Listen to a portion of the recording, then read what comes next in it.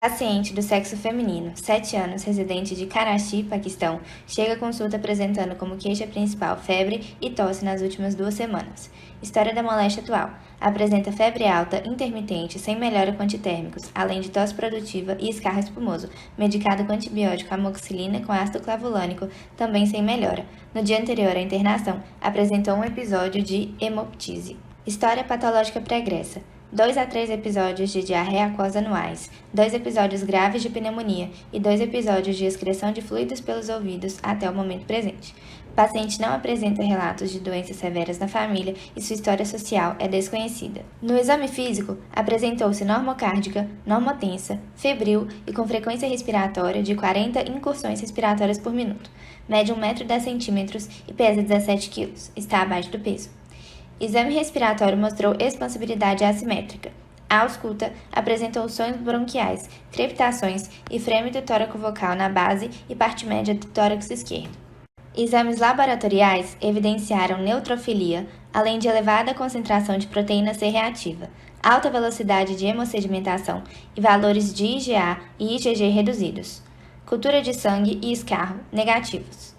Apesar da contagem de linfócitos TCD4+, auxiliadores estarem dentro dos limites, a fração CD4+, CD8+, estava aumentada devido à baixa relativa de células TCD8+, além de baixa de NKs, demais exames sorológicos dentro do normal. Nas imagens, é possível observar na figura 1 a presença de infiltrados alveolares difusos, assim como perda dos contornos pulmonares normais. Nas imagens 2A e 2B, observa-se área de consolidação nos lobos inferior esquerdo e médio direito, respectivamente. Após realizada a consulta com o especialista, foi escolhido o tratamento por tazobactam e piperaciclina, potentes antibacterianos, e a administração de imunoglobulina. Foi indicado um mapeamento genético e orientado sobre a possibilidade de um transplante de medula óssea, uma vez que a sorologia e o histórico pregresso são indicativos de deficiência na maturação de linfócitos B. O mapeamento genético da paciente identificou 4 mutações recorrentemente observadas em pacientes com imunodeficiência comum variável. Existem 9 já descritas. Diagnóstico: imunodeficiência comum variável.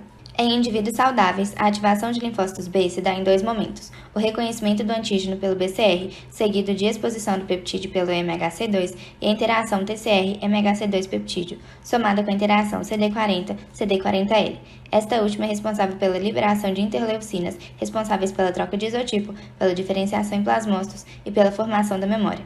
A doença é caracterizada pela ausência de plasmócitos no tecido linfóide e baixa de células de memória, apesar da presença normal de linfócitos B maduros.